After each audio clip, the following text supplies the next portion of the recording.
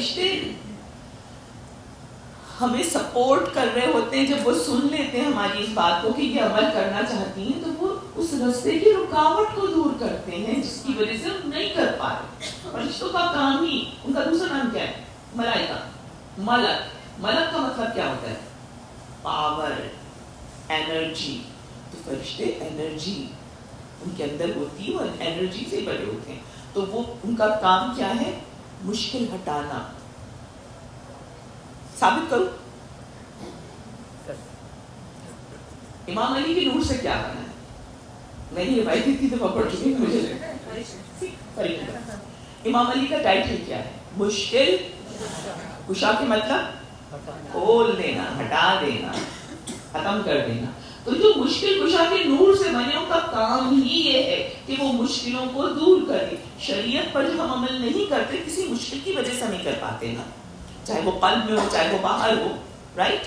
لیکن جب آپ مشکل کشا کے نور سے بنے ہوئے فرشتوں کے سامنے یہ کہتی ہیں کہ میں انشاءاللہ اس پر عمل کروں گی, تو وہ فوراً رجسٹر کرتے ہیں, وہ فوراً آپ کے لیے اس چیز کو ظاہر کرتے ہیں. اللہم صلی علی محمد وآل محمد. تو عزاداری ہمیں اسٹرینتھ دیتی ہے, عزاداری ہمیں طاقت دیتی ہے, عزاداری ہمیں ویژن دیتی ہے, اور یہ قرآن بھرا ہوا ہے.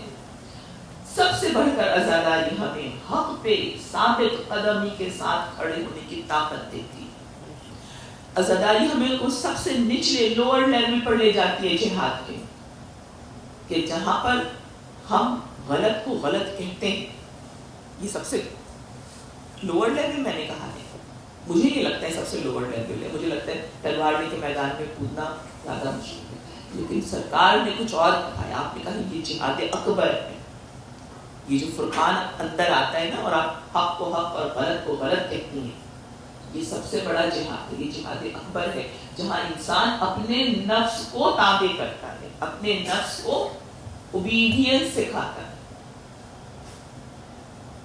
عزاداری آپ کو یہ بتاتی ہے کہ سر کٹ سکتا ہے, جھک نہیں سکتا. امام کا ایک ایک لفظ اتنا خوبصورت ہے. امام کا ایک ایک لفظ, جس وقت عمر ابن سعد سے فائنل ہو گیا تھا کہ اب امام بیعت نہیں کریں گے, اور اس نے امام کو ظاہر کہا تھا کہ اگر آپ نے بیعت نہیں کی تو ہم قتل کر دیں گے آپ کو. تو امام نے کیا کہا تھا؟ امام نے کہا تھا ہیہات من ذلہ, کہ ذلت کے ساتھ رہنے میں تو لعنت ہی لعنت ہے. جان دے دوں گا, سر دے دوں گا, لیکن باطل کو ویلیڈیٹ نہیں کروں گا. یہ ہے پورا میسج. ہم سے بچے پوچھتے ہیں کہ ہم کیا کریں فلسطین کے لیے. کم از کم کھڑا ہونا سیکھیں, غلط کو غلط کہنا سیکھیں, ظلم کو ظلم کہنا سیکھیں, طاغوت کو آئیڈینٹیفائی کریں, طاغوت کے مقاصد کو آئیڈینٹیفائی کریں, طاغوت کو کسی طرح نہ سپورٹ کریں. کل کسی نے کمپلین کی تھی, مجھے بہت دکھ ہوا تھا سن کر. انہوں نے کہا کہ ہم کہتے ہیں پروڈکٹس کی بائیکاٹ کریں گے, لیکن ہر جگہ کوک بھی بٹ رہی ہے, پیپسی بھی پلائی جا رہی ہے, اور لیس کے چپس بھی. تجھے پتا ہے تو عزاداری کیا کہہ رہی ہے؟ اپنے مقصد پہ ڈٹی رہیں, چاہے وہ چونٹی چڑیا یاد ہے ابراہیم والی, یاد ہے نا کیا کر رہی تھی وہ چڑیا؟ نمرود کی آگ 1 مہینے تک چلائی گئی تھی. 1 مہینے تک وہ اتنی بھڑک گئی تھی کہ اس کے قریب نہیں جا سکتے تھے, کئی میل تک اس کی حدت آ رہی تھی. جبرائیل جب آ رہے تھے پیچھے مدد کرنے کے لیے, تو جبرائیل نے دیکھا کہ چڑیا ہے وہ پانی بھر بھر کے لے جا رہی, اس کی چونچ میں کتنا پانی آ رہا تھا, 1 ڈراپ 2 ڈراپ. جبرائیل نے پوچھا تو کیا کر رہی ہے, اتنی گرمی میں ادھر جائے گی, پر چل جائے گی, کیا کر رہی ہے؟ اس نے کہا میں آگ بجھا رہی ہوں. کام چھوٹا تھا, مقصد بڑا تھا. اس نے یہ نہیں کہا کہ میں پانی لے جا کے پھینک لوں, اس نے کہا میں آگ بجھا رہی ہوں, جو معصوم نبی کے خلاف بڑھ گئی. تو جبرائیل کو بھی ہنسی نہیں آئی ہوگی, اس لیے وہ ہماری طرح تو نہیں, لیکن جبرائیل نے کہا تمہارے خیال میں بجھ جائے گی آگ؟ تو اس نے کیا جواب دیا؟ اس نے کہا جو میری کیپیسٹی ہے میں وہ تو کروں. تو ہماری کیپیسٹی کیا ہے؟ ہم ہم بوائکاٹ ہی کر سکتے ہیں نا, تو اتنا تو کریں. آپ کو پتہ ہے نا عزاداری کے لیے حسین کے لیے اتنا سا بھی اگر ذرہ برابر بھی کرتی ہیں آپ, کچھ بھی میں کچھ کرتی ہوں, تو وہ گواہ تو پھر شہزادی کونین ہے نا, ہمارا اسٹیپ تو وہ دیکھتی ہیں نا, اور وہی اس کو ویلیڈیٹ کرے گی. سب سے بڑا امپورٹنٹ میسج ہے عزاداری کا 2024 میں, سب سے بڑا میسج یہ ہے اپنی اسٹرینتھ کو پہچانے اور اپنی اسٹرینتھ پہ ایک خاص لیبل لگا لیجیے, اور وہ لیبل ہونا چاہیے انتظار امام زمان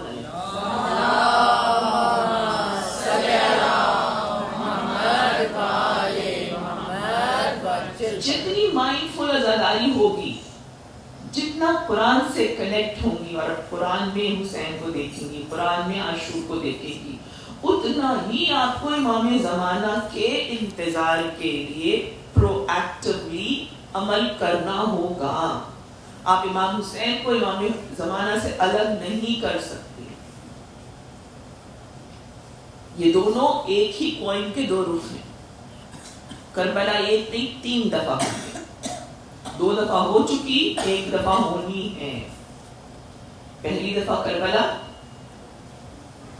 اس وقت ہوئی تھی جب علی کے گھر پر حملہ ہوا تھا. آپ ایک ایک ظلم جو کربلا میں ہوا ہے اس کو اٹھا کے دیکھیے, آپ کو وہ نظر آ گیا. وہاں پر خانہ بطول میں ہر چیز وہاں موجود ہے. وہاں پر لوگ نہیں اٹھے, لوگوں نے اہل بیت کے لیے اپنے آپ کو پیش نہیں کیا.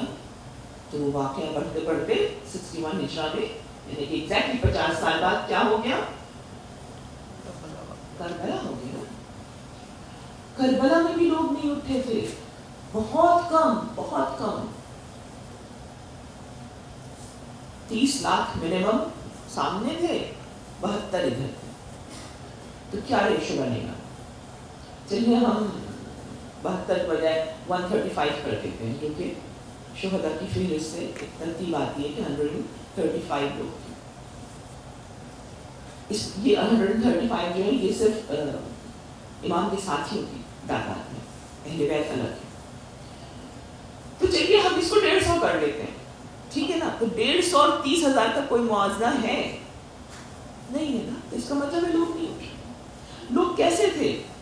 امام کو جانتے تھے, امام کو پہچانتے تھے, اس کے باوجود امام کا ساتھ نہیں دے رہے تھے. کیوں نہیں دے رہے تھے؟ آپ نے بہت سارے قصے سنے. ایک شخص تھا قیس بن عبید اللہ مشرقی, لیکن اس کا یہی نام تھا. اس کا واقعہ, وہ اپنے گھر کے لیے گروسری لے کر دوسرے گاؤں سے اپنے گاؤں جا رہا تھا. اس کے ساتھ اس کا ایک دوست بھی تھا.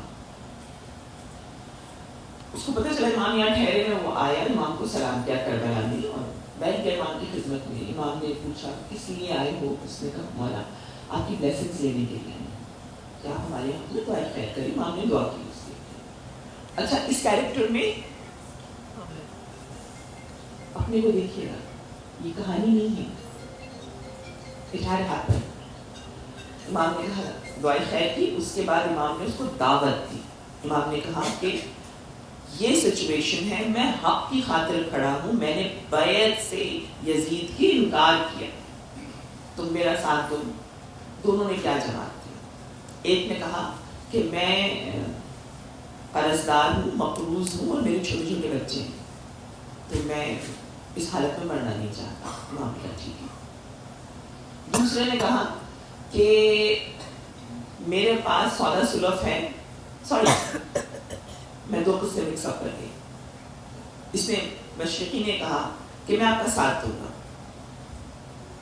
ایک شرط پر, میں پوری جنگ کروں گا, دفاع کروں گا, میدان قتال میں جاؤں گا, لیکن جب آپ کے ساتھی ختم ہو جائیں گے تو میں بھی چلا جاؤں گا. وہ جو سودا سلف والا قصہ ہے وہ میں پھر کبھی بتاؤں گی آپ کو. بہت سارے ایسے ہر جگہ اپنی شکل نظر آتی ہے. اس نے کہا کہ میں چلا جاؤں گا. آپ سوچئے, یہ کوئی آفر ہے کہ میں آپ کے ساتھ کھڑا ہوں, لیکن جب آپ اکیلے رہ جائیں گے مرنے کے لیے تو میں آپ کو چھوڑ دوں گا. یہ سب شیعہ ہیں, یہ امام کو جانتے تھے, یہ امام کی دعا لینے کے لیے آئے ہوئے تھے, اور ہی ڈڈ دا سیم تھنگ. اس نے کیا کیا, یہ امام کے ساتھ جنگ کرتا رہا, اس نے شاید 2-3 لوگوں کو قتل بھی کیا, برابر امام کا دفاع کرتا رہا. جب اس نے دیکھا کہ اب امام کے صرف 2-3 ساتھی بچے تو یہ برستے تیروں میں امام کے پاس آیا اور کہتا ہے آپ کو وہ یاد ہے نا معاہدہ جو ہمارے درمیان ہوا تھا؟ تو امام نے کہا کہ ہاں یاد ہے. اس نے کہا کہ اب آپ کے ساتھی ختم ہو گئے تو میں جا رہا ہوں, مجھے اجازت ہے مولا. اب ہم کیا کہیں گے, رک جاؤ. نہیں, یاد رکھیے جو امام کا انتظار ہے نا, یہ جو امام کے ذریعے اسٹرینتھ لینا ہے واقعی کربلا سے, یہ سب اختیاری ہے, ہمیں اپنی چوائس سے کھڑے رہنا ہے. امام نے کہا تم جاؤ گے کیسے, کوئی تو سواری سلامت نہیں ہے. آپ کو پتہ ہے صبح جو 4000 تیر برسے تھے تو ایک بھی سواری امام کی سلامت نہیں رہتی, سب گھوڑے زخمی ہو گئے. تو امام نے کہا لیکن تم جاؤ گے کیسے؟ اب آپ سنیے, یہ ایک میں کیا کہوں کہ ہمارا دماغ کیسے چلاکی سے چلتا ہے. کہنے لگا جب حملہ ہوا تھا اور میں نے دیکھا تھا کہ اب سواریوں پر بھی حملہ ہو رہا ہے, تو میں نے اپنے گھوڑے کو ایک خیمے میں چھپا دیا. ہم کس طرح سے حق کے راستے سے نکلنے کی ایکسکیوزز تلاش کریں. جب اس نے امام کو کہا, امام نے کہا جاؤ. یہ آیا, اس نے اپنا گھوڑا نکالا خیمے سے اور سر پر دوڑا دیا, اور پھر یہ بچ بھی گیا, اور اس نے بہت ساری روایتیں بھی پوچھ لی. تو آپ نے دیکھا کہ امام کی موجودگی کافی نہیں ہے. جب تک امام کی موجودگی میں ہم مائنڈفلی استقامت نہیں اختیار کریں گے, جب تک ہم اس کے لیے جد و جہد نہیں کریں کسی بھی لیول پر, چاہے اتنی سی کیپیسٹی ہو, لیکن پیام حق, پیام حسین کے ذریعے صرف ایک آپشن بچا ہے 2024 میں کہ آپ نے حق پہ کھڑا ہونا ہے اس وقت تک جب تک کہ آپ امام زمانہ تک نہ پہنچ جائیں.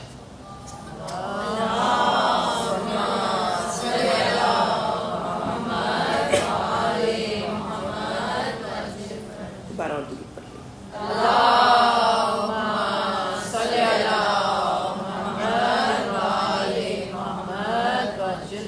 یہ سورہ یونس ہے. سورہ یونس is the 10th chapter اور والیوم 11. اس کی آیت کے نمبر نوٹ کر لیجیے, گھر جا کے پڑھیے اس کو, ٹھیک ہے. آیت نمبر 16 to 22, ٹھیک ہے. یہ آیتیں آپ نے اس کا ترجمہ دھیان سے پڑھنا ہے. میں تو ایک دفعہ پڑھ لوں گی لیکن آپ کو اپنے دماغ میں اتارنا, اس میں آپ کو پوری عزاداری کا مفہوم سمجھ میں آ جائے گا. اللہ تعالیٰ فرما رہا ہے اپنے رسول کو مخاطب کر کے, آپ کہہ دیجئے کہ اگر خدا چاہتا تو میں تمہارے سامنے تلاوت نہ کرتا. یعنی اگر یہ کتاب رسول کے لیے آتی تو رسول کو کیا ضرورت تھی پڑھنے کی, لیکن اللہ نے رسول کے ذریعے ہم تک پہنچانی تھی اور انہوں نے تلاوت کی. اب وہ نہیں ہے تو ہمیں کیا کرنا ہے, ہمیں خود تلاوت کرنی ہے, رائٹ. اس کا مطلب یہ ہے کہ یہ کتاب رکھنے کے لیے نہیں ہے. یہ کتاب امام خمینی نے کیا کہا تھا کہ یہ زندہ کرنے آئی تھی, اس کو مردہ کے لیے رکھ لیا. جب کوئی مر جاتا ہے تو ہم پڑھ لیں. اچھا, ایک رواج ہوتا تھا پہلے, وہ بھی ختم ہو گیا. جب کوئی ہمارا عزیز مرتا تھا تو ہم ہر ایک فردن ایک قرآن پڑھتا تھا. اب ہم اس کو کوشش کرتے ہیں سپارہ سے پارہ. در حقیقت یہ کتاب ہمارے دماغ کو کھولنے کے لیے آئی, ہمارے ذہن کو کھولنے کے لیے آئی, ہمیں راہ صراط کو نمایاں کر کے دکھانے کے لیے آئی.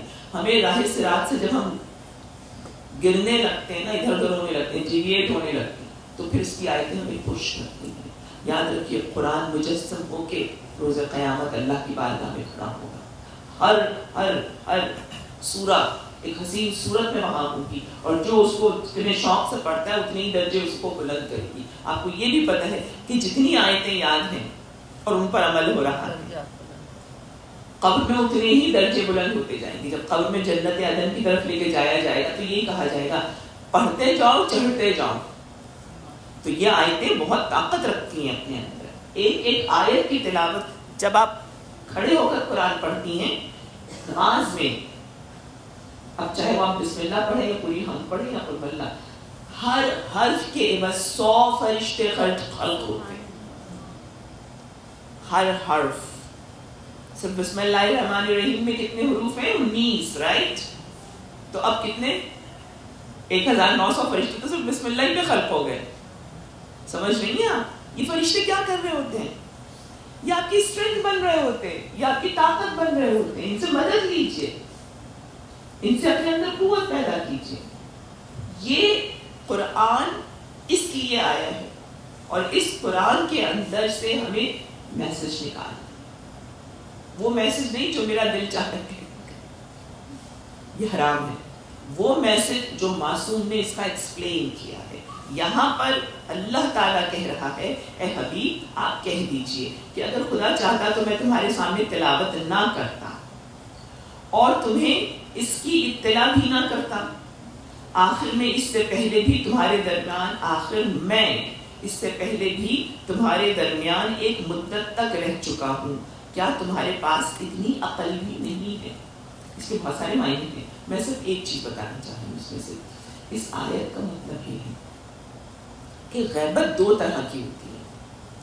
ایک غیبت شخص کی ہوتی ہے اور ایک غیبت شخصیت کی ہوتی ہے.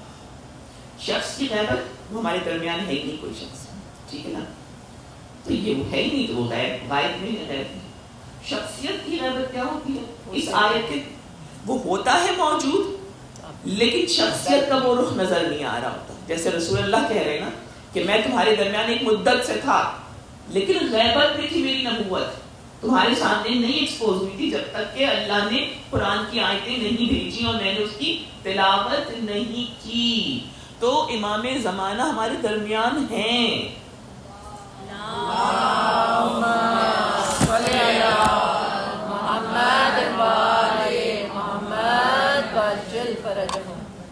ہم نہیں دیکھ پا رہے. ہم کیوں نہیں دیکھ پا رہے؟ سادہ سا جواب, دیکھنا نہیں چاہتے. اگر دیکھ لیں گے تو کیا کرنا پڑے گا؟ شریعت پر پورا عمل کرنا پڑے گا نا. تو بہتر ہے نہ دیکھیں, رائٹ. ہم لوگ کس دور کی پیداوار ہے کہ جہاں پر اگنورنس, جہالت, ظلمت بلیسنگ ہے, رائٹ جی, right. Ignorance is a blessing but not here. یہ جو بار بار عزاداری آتی ہے نا آپ کو, اور بیوی آپ کو اٹریکٹ کرتی ہے, یہ اسی لیے اٹریکٹ کرتی ہے بیوی کہ آؤ میرے بابا کے دین کو دیکھو. میرے بابا کی شہادت کے بعد ایک اسلام محمدی تھا, اور دوسرا اسلام کیا تھا؟ اسلام اموی. ہم اس کو اموی ٹائٹل دیتے ہیں ٹو اسٹے سیف, رائٹ. لیکن پہلے دن سے اسلام کی شکل چینج کر دی گئی تھی, اپنی شریعت نافذ کر دی گئی تھی. حسب اللہ ہو کتاب, some thing like that, right. یہی تھا نا کہ ہمارے لیے تو کتاب کافی ہے, بغیر معصوم کی کتاب کافی نہیں. ہم امام حسین کی پوری خون بہانے کو اگر ایک ٹائٹل دینا چاہتے ہیں تو ہم یہ دیکھتے ہیں کہ امام نے اسلام محمدی کو اپنے خون سے لکھ دیا. امام حسین نے یہ بتا دیا کہ اب دین مارا مارا نہیں پھرے گا. اب حسین نے اسے پناہ دے دی, اب حسین نے اس پہ اپنا خون جگر بہا دیا ہے, اب حسین نے اس کو ہمیشہ کے لیے سر بلند کر دیا ہے. کیوں امام حسین قرآن پڑھ رہے تھے نیزے کے اوپر سے؟ کوئی معجزہ دکھا رہے تھے امام؟ کیوں نہیں امام کچھ اور کہہ رہے تھے؟ قرآن ہی کیوں پڑھ رہے تھے؟ کیوں امام سورہ کہف کی تلاوت کر رہے تھے, کوئی اور سورہ کی تلاوت نہیں کر رہے؟ سورہ کہف کیوں پڑھ رہے تھے؟ سورہ کہف کا سب سے آؤٹ اسٹینڈنگ پوائنٹ کیا ہے؟ سورہ کہف کو ہر جمعے کو پڑھنے کی تاکید کیوں ہے؟ اتنی تاکید ہے کہ جمعرات کو بھی پڑھو, جمعے کو بھی پڑھو, اور اگر نہیں پڑھ سکتے ہو ہم جیسے مصروف لوگ تو صرف 10 آیتیں, شروع کی 10 آیتیں آخر کی پڑھو. کس کے لیے, کس چیز کے لیے؟ نہیں, اس کا ریزن یہ تھا کہ یہ اس لیے کروایا جاتا ہے کہ تم یہ پڑھو تاکہ تم دجال سے پروٹیکٹڈ رہو. یاد رکھیے دجال سے پروٹیکشن اس کو ملے گا جو سورہ کہف ہر جمعہ پڑھتا ہے. دجال کیا ہے؟ دجال کی تفصیلی گفتگو نہیں کر رہی, لیکن دجال در حقیقت فائنل اٹیمپٹ ہوگا دین کو ملیا میٹ کرنے کا, اس لیے کہ وہ پہلے آئے گا ایز اے ڈیوائن لیڈر, آئے گا ایز اے اسکالر, آئے گا, اس کے بعد پھر وہ اپنے آپ کو رسول کلیم کرے گا, اور پھر وہ آخر میں اپنے آپ کو خدا کلیم کرے گا. صرف 9.5 منتھ میں یہ سب کچھ ہو جائے گا. اور دجال وہ ہے کہ جس سے بچنے کی دعا رسول اللہ ہر دعا میں کرتے تھے, ہر دعا میں اپنی امت کے پروٹیکشن کی دجال سے دعا کرتے تھے. اور دجال کے لیے اتنی تاکید ہے سرکار کی کہ آپ کہتے ہیں اگر وہ ہو تمہارے زمانے میں آ جائے تو اس کے سامنے نہ جانا, اس کو ایوائڈ کرنا. کیوں؟ اس کے اندر اتنا اٹریکشن ہوگا کہ لوگ اپنا دین چھوڑ کے اس کو خدا مان رہے ہوں گے. عزیزان محترم, دجال کیا ہے؟ دجال سمبل ہے دین کو بدل دینے کا. حسین دین کو بدلنے نہیں دے رہے, اس لیے امام حسین تلاوت کر رہے تھے سورہ کہف کی کہ ہم اس کے ذریعے ہر باطل دین سے اپنے آپ کو پروٹیکٹ کریں. ہمارے درمیان امام زمانہ موجود ہیں, ان کی شخصیت موجود ہے. بس زیادہ محترم میرا مکمل ہوتے ہیں. یہ آیتیں میں نے آپ کے حوالے کر دی, آپ نے ان کا ترجمہ خود پڑھنا ہے. کون سی سورہ؟ سورہ یونس 10th چیپٹر, اور اس کی آیت 16 سے 22 تک, 22 تک. بالکل آپ اس کے معانی کی گہرائی میں اتریے گا اگر آپ چاہتی ہیں کہ آپ کو آج کی مجلس کا پورا ثواب ملے. اور آپ کو اس کے اندر میسج کیا ملے گا؟ آپ کو میسج یہ ملے گا. ایک آیت میں پروردگار عالم غالباً 20 ہے, جس میں اللہ تعالیٰ کہتا ہے حبیب ان سے کہہ دیے کہ تم بھی انتظار کرو, میں بھی انتظار کر رہا ہوں. تو یہ انتظار امام وقت بہترین عبادت ہے. اور اس عبادت میں جیسے آپ کہتے ہیں نا کہ درود کے اندر وہ عبادت ہے جس میں خدا خود شامل ہے, ملائکہ خود شامل ہے, اسی کا اللہ درود بھیج رہے نا. تو اس طرح سے امام زمانہ کا انتظار بھی وہ عبادت ہے جس میں خدا خود شریک ہے. ایک مقام پہ نہیں, قرآن میں کئی مقام پر اللہ تعالیٰ نے کہا تم بھی انتظار کرو, ہم بھی انتظار کریں گے. تو ہم اپنے میسج کو اگر ریپ اپ کریں, عزاداری 2024 میں ہمیں کیا مورلز دیتی ہے؟ سب سے پہلی بات, ہمیں حق اور باطل میں فرق کرنے کے لیے اپنی عقل کو استعمال کرنا پڑے گا. دوسری بات, ہمیں ہجرت معنوی کرنی ہوگی. تیسری بات, ہمیں ہر مجلس چھوٹے سے بچے کی ہو مائنڈ فلی کرنی, need to get a message from it. ہمیں شریعت پر پہلے سے زیادہ عمل کرنے کا عہد کرنا ہوگا, اور لٹرلی کرنا ہوگا. جو بھی چیز آپ کو آسان لگتی ہے ڈوبل وہاں سے اسٹارٹ لے لیجیے. آپ کی مدد خود شہزادی کو نہیں کرے. اور فائنل چیز, آپ کو عزاداری کے ذریعے امام زمانہ علیہ السلام کے انتظار کے لیے خود آمادگی پیدا کرنی ہوگی.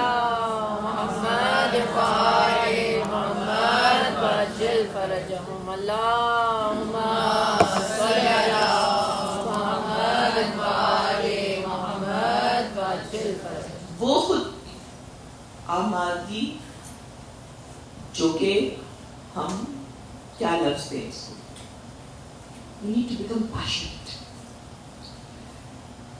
ابتدا کیسے ہوگی, شروع کیسے کریں گے؟ اس پیشن کو اپنے ہر معاملے میں عدل لانے کی کوشش کریں گے. ہر معاملے میں وہ عدل جو خدا کو راضی کرے. بس آپ کو سمجھ میں آ گیا اسلام محمدی کیا ہے, اور اسلام محمدی آپ کے دماغ اور قلب میں اتر جانا چاہیے. امام حسین نے ایک اسٹیٹمنٹ دیا تھا راہی کربلا میں. امام نے کہا تھا کہ دین لوگوں نے زبان کا چٹخارا بنا دیا ہے. بہت اسٹرانگ اسٹیٹمنٹ ہے, ہم نے بھی ایسے ہی کیا. لیکن جب آزمائش کا وقت آتا ہے تو بہت کم لوگ دیندار رہ جاتے ہیں اور دنیا کی طرف چلے جاتے ہیں. امام نے آئینہ دکھا دیا, مجھے اور آپ کو ہر مجلس میں بیوی سے دعا کرنی چاہیے. بیوی ہم ان لوگوں میں نہ, ہم بہت کمزور ہیں, ہم سے اچھائی پر ڈٹا نہیں جاتا. لیکن آپ اپنے بیٹے کے خون کے صدقے میں ہمیں معرفت دے, ہمیں پہچان دے, ہمیں سچ پہ کھڑے ہونے کی استقامت دے, ہمیں حسین کے صدقے دے, اس تیسری کربلا کے لیے تیار کر دیں جو کہ بہت جلد آنے والی ہے. تیسری کربلا امام زمانہ کے سامنے. بس عزیزان محترم, امام زمانہ کو پرسہ لینا ہے. ایسا ممکن ہی نہیں کہ کسی کے سوگ کے لیے مجلس ہو اور وارث پرسہ دینے نہ آ جائے. آپ کو ہر مجلس میں امام زمانہ ملیں گے, اور آپ اپنے دل میں کہا کیجیے, جب آپ رو رہی ہو تو آپ کہا کیجیے امام زمانہ میرا پرسہ قبول کر لیجیے, امام زمانہ میری حاضری قبول کر لیجیے. اس لیے کہ آپ کو زیارت عاشورہ کے اینڈ میں, اور زیارت عاشورہ حدیث قدسی ہے, زیارت عاشورہ کے اینڈ میں آپ اللہ سے کیا دعا کرتی ہیں؟ آپ کہتی ہیں اے اللہ مجھے بہترین جزا عطا کر کہ جو سوگواری حسین پر ملتی ہے. سوگواری حسین کا تبرک وہ نہیں ہوتا جو مجھے کھانے پینے کی صورت میں مل رہا ہے, وہ ہوتا ہے جو سیدہ طاہرہ آپ کی جھولی میں ڈال دیتی ہیں. وہ تبرک ہوتا ہے, وہ سوگواری کی جزا ہوتی ہے جو آپ کو اللہ تعالیٰ خود عطا کرتا ہے, اس لیے کہ حسین نے قربانی اللہ کے لیے دی تھی. ایسا ممکن ہی نہیں کہ آپ حسین کے نام پہ آنسو بہائیں اور خدا کو جزا نہ دے. عزیزان محترم, جب رویا کیجیے تو کہا کیجیے کہ یہ میرے آنسو حسین کے ساتھ ساتھ غیبت مہدی میں گر رہے ہیں. مولا آنکھیں ترس گئی ہیں, مولا ظلم اتنا بڑھتا جا رہا, مولا آپ چاروں طرف دیکھیے مسلمانوں کا خون کیسے بہ رہا. کب آپ تشریف لائیں گے اور کب آپ اسلام محمدی کو مکمل طور پر نافذ کریں گے؟ مولا کب آپ کا ظہور ہوگا اور میں آپ کے لشکر میں بطور کنیز شامل ہوں گی؟ دعا کیا کیجئے کہ مولا میری نسل میں طہارت رکھیے, مولا میری نسلوں میں پاکیزگی رکھیے, میری نسلوں میں مولا در اہل بیت کی غلامی رکھیے تاکہ یہ نسلیں امام کی خدمت گزار ہو سکیں. عزیزو, میرا جملہ بہت اسٹرانگ ہے لیکن میں غلط نہیں کہہ رہی, سمجھنے کی کوشش کیجیے گا. ہم عزادار حالت جنگ میں ہیں. اگر ہم نے اپنے وقت کے امام سے کنیکشن نہیں کیا اپنی روزمرہ زندگی میں تو یقین کیجئے غافلوں میں شامل ہوں گے, اور خدا غفلت سے امان دے, خدا غفلت سے بچائے. خدا امام زمانہ کے خون جب خون کا انتقام لیں گے اپنے جد حسین کا, اس میں ہمیں شامل کریں. بس عزیزان محترم, آج کی مجلس ہمیشہ بہت ہی سخت مجلس ہوتی ہے, اس لیے کہ اس میں تابوت امام حسین ہوتا ہے. تابوت کا مطلب کیا ہے؟ تابوت کس کا ہوتا ہے؟ تابوت اس کا ہوتا ہے جس کی تدفین ایک نارمل مسلمان کی طرح نہیں.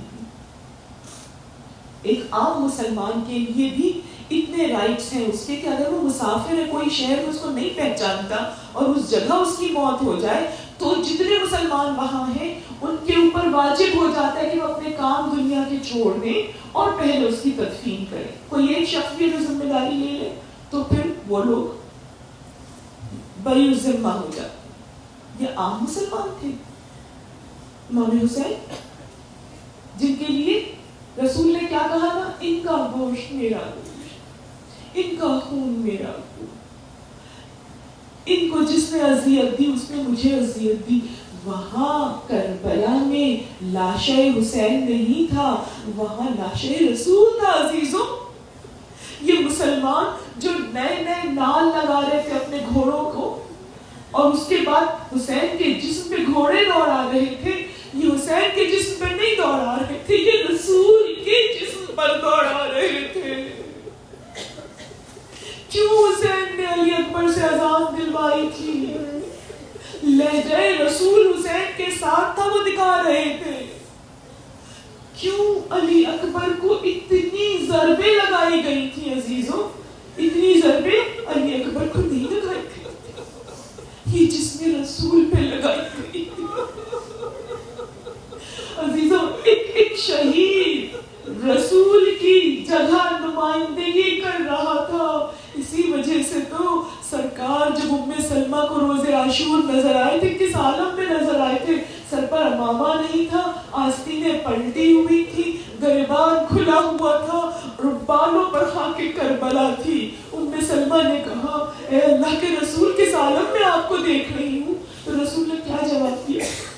کہا تمام دن میں کربلا کے میدان میں حسین اور اس کے ساتھیوں کی قبریں کھودتا رہا ہوں. آپ سنتی ہیں نا جب آپ تدفین کا حال سنتی ہیں امام حسین کا کہ سید سجاد نے صرف مٹی ہاتھ سے ہٹائی تھی، پوری قبر تیار نکل آئی تھی. یہ قبر رسول نے کھودی تھی، یہ قبر علی مرتضیٰ نے کھودی تھی. امام سجاد نے کس طرح سے اٹھایا تھا جنازہ؟ صرف پیچھے سے تھاما ہوا تھا، ایک طرف سے تھاما تھا، باقی تین طرف سے کون اٹھائے ہوا تھا؟ عزاداروں، سامنے سے رسول خدا اور علی مرتضیٰ اٹھائے ہوئے تھے. اور سید سجاد کے برابر والا کون تابوت کا؟ اس نے اٹھایا تھا جو جبرائیل لوریاں دے کر جھولا جھلاتا تھا حسین کا. عزاداروں، امام حسین رخصت آخر کے لیے جب آئے تھے، امام امت کی دنیا داری جانتے تھے.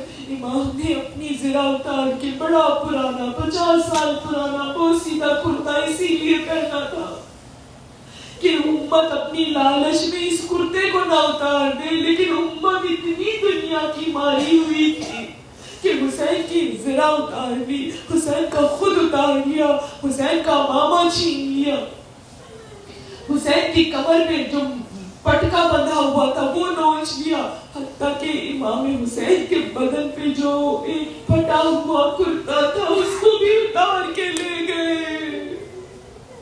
آپ زیارت ناہیہ میں پڑھتی ہیں نا کہ امام کس طرح سے اپنے جد کے اوپر سلام بھیج رہے، کہتے ہیں سلام میرا ان جسموں پر جو پیاسے تھے، سلام میرا ان ہونٹوں پر جو خشک ہو چکے تھے، سلام میرا ان بدنوں پر جس پہ سر نہیں سلامت تھے، سلام میرا ان ہڈیوں پہ جنہیں چور چور کر دیا گیا تھا، سلام میرا ان مدفونوں پر کہ جن کے جسم پر کفن نہیں تھا، جنہیں غسل نہیں دیا گیا. میں ہاتھوں کو جوڑ کے مولا سے کہوں مولا لکھو غسل ملا تھا اپنے ہی خون سے، ان کے بدن کو ان کے ہی پاک خون نے نہلا دیا تھا. یہ تو مسلمانوں کا ظرف تھا کہ مسلمانوں نے اپنے رسول کے نواسے کو کفن تک دینا گوارا نہیں کیا. عزیزو، آپ کا مولا وہ جو آپ کو جنت میں لے جائے گا، وہ جو آپ کو شفاعت دے گا، وہ جو اپنے ایک ایک آنسو کو جو آپ نے بہایا اس کے غم پر اس کے بدلے معرفت عطا کرے گا، وہی حسین. گھوڑے پر ہے، جنگ ہو رہی ہے، بڑی طویل جنگ امام حسین نے کی. یاد رکھیں امام تھے، امام کو کوئی مغلوب نہیں کر سکتا. امام نے ہر چیز پر غلبہ حاصل کیا ہوا تھا، لہٰذا امام کو کوئی مغلوب نہیں کر سکتا تھا کہ امام جنگ کرتے کرتے زمین پر آ جائے. امام کی جنگ مسلسل جاری تھی. جب وقت عصر آیا، ایک بار آواز آئی سورہ فجر کی آخری آیتیں، یا ایھا النفس المطمئنہ ارجعی الی ربک راضیۃ مرضیہ. اے مطمئن ہونے والے نفس، اس اژدہام میں تیروں کے اس زخموں کی حالت میں حسین اتنے مطمئن تھے. کیوں مطمئن تھے؟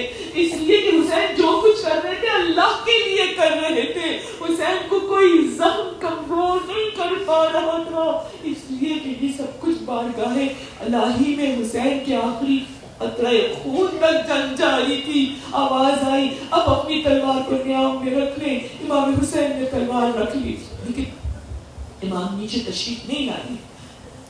امام کیسے لگ رہے تھے؟ پھر زیادہ ناہیہ پہ آتے ہیں. امام کہتے ہیں آپ کی مثال ایسی تھی جیسے کوئی بہت بڑا قوی الجثہ پرندہ اپنے پر پھیلائے کھڑا ہو. عزیزوں یہ تشریح کیوں دی امام زمانہ نے؟ اس لیے کہ امام کے جسم پر چاروں طرف سے تیر، نیزے، یہ سارے ہتھیار بے بس تھے. کیوں مارے جا رہے تھے؟ آپ نے برسی میں سنا تھا نا، کوئی پہلو سے تیر مار رہا تھا، کوئی سامنے سے مار رہا تھا، کوئی نیزہ لگا رہا تھا کچھ سے. ایسے تیر مارے جا رہے تھے جو پیچھے سے نکل جاتے تھے صرف امام کو زمین پر گرانے کے لیے کہ گرا دے زمین پر. لیکن حسین زمین پر نہیں تشریف لائے اس وقت تک جب تک کہ بھربلا کا زہریلا تیر امام کے جسم پر نہیں لگا، جس کی 3 نوکیں تھیں، جس کی لمبائی 9 فٹ تھی.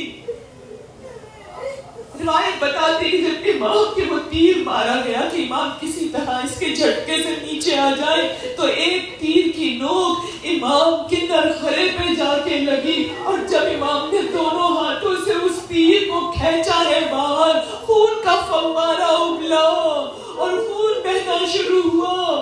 اب امام حسین علیہ السلام گھوڑے کے اوپر لرز رہے تھے، اور اتنا وفادار ذوالجلال اس نے محسوس کر لیا اب میرے آقا سے بیٹھا نہیں جا رہا. اپنے گھٹنوں کو زمین پر ٹکایا، امام نیچے تشریف لائے. پھر آپ کو لے جاتی ہوں زیارت ناہیہ میں، مکمل مرثیہ ہے. امام زمان کہتے ہیں سلام میرا اس سوال کے اوپر کہ جو زمین پر آیا تو نہ زین پر تھا نہ زمین پر. ارے مولا کہاں تھا وہ جس میں حسین؟ جواب آئے گا وہ جتنے تیر، نیزے، سنان امام کے جسم پہ تھے وہ سب زمین پر ٹک گئے تھے. بدن حسین کیسے نیچے آیا؟ جب وہ تیر، جب وہ نیزے ٹوٹ ٹوٹ کے گرتے رہے. ارے میرے مولا کا جسم زمین پر آیا. لیکن ابھی بھی امام کو کوئی زیر نہیں کر سکتا. امام غشی کے عالم میں تھے. آنکھ کھولی، دیکھا اپنے ارد گرد کہاں پر ہوں. امام کو اندازہ ہو گیا یہ میری قتل گاہ نہیں ہے. اپنی مقتل 1 رات پہلے دیکھ کر آ چکے تھے. امام اٹھے، امام آگے بڑھے. یہ ظالم امام کو پھر نیزہ مارتے ہیں. آپ نے سنا ہوگا نا، بڑا سخت جملہ ہے. مسائل میں آپ کو یہ جملہ ملتا ہے. امام حسین نے 70 رکوع کیے تھے. یہ حسین کی نماز عشق 70 رکوع پہ 70 رکوع کیا تھے؟ امام 1 قدم آگے بڑھتے تھے، کوئی ظالم نیزہ مارتا تھا، کوئی تیر مارتا تھا، امام اس کے صدمے سے دوہرے ہو جاتے تھے. امام گھٹنے پکڑ لیتے تھے لیکن امام گرے نہیں. چلتے چلتے بالآخر وہ نشیب نظر آ گیا جہاں 1 رات پہلے ماں زہرا کانٹے چن رہی تھی. امام وہاں گئے، سجدہ خالق بجا لا رہے ہیں. عزیزوں اس بہن کو پرسہ دے دو جو بار بار دوڑتی بھی آتی ہے، ایک اونچے مقام پہ کھڑے ہو کر دیکھتی ہے تلواریں کہاں چل رہی ہے.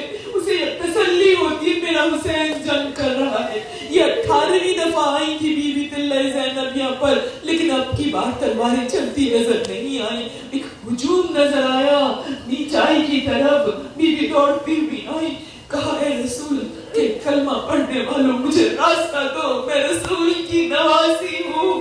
مجمع کائی کی طرح پھٹا. آگے گئی، جب آگے گئی تو دیکھا نشیب میں پتھروں کا ایک ڈھیر ہے. بی بی نے کہا کیا یہ میرا حسین ہے؟ یہ کہہ کے دونوں ہاتھوں سے بی بی نے پتھروں کو ہٹانا شروع کیا. اپنے پیاسے بھائی کو لہو لہان دیکھا اور اس کے بعد دیکھا بھائی اٹھنا چاہتا ہے کونی کے سہارے. بی بی نے سہارا دیا. امام حسین نے کہا زینب مجمع عام میں میری زندگی میں نہ آؤ، چلی جاؤ.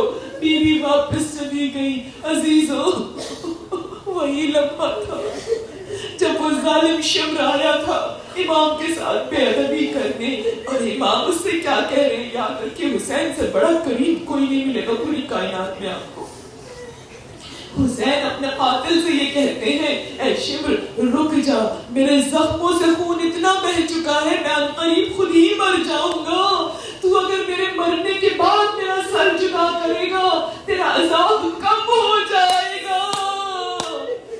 یہ حسین کا کرم اور وہ ظالم کا ظلم کہتا نہیں اگر میں زندہ تیرا سر جدا کروں گا مجھے انعام زیادہ ملے گا۔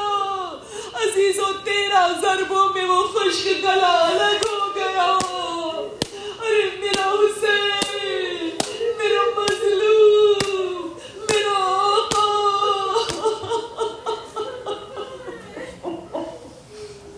ایک بار سر حسین نازے پہ بلند ہوا، عزیز و جبرائیل نے پکار کر کہا قد قتل حسین بے کربلا۔ عزیزو تمہارے درمیان شبیہ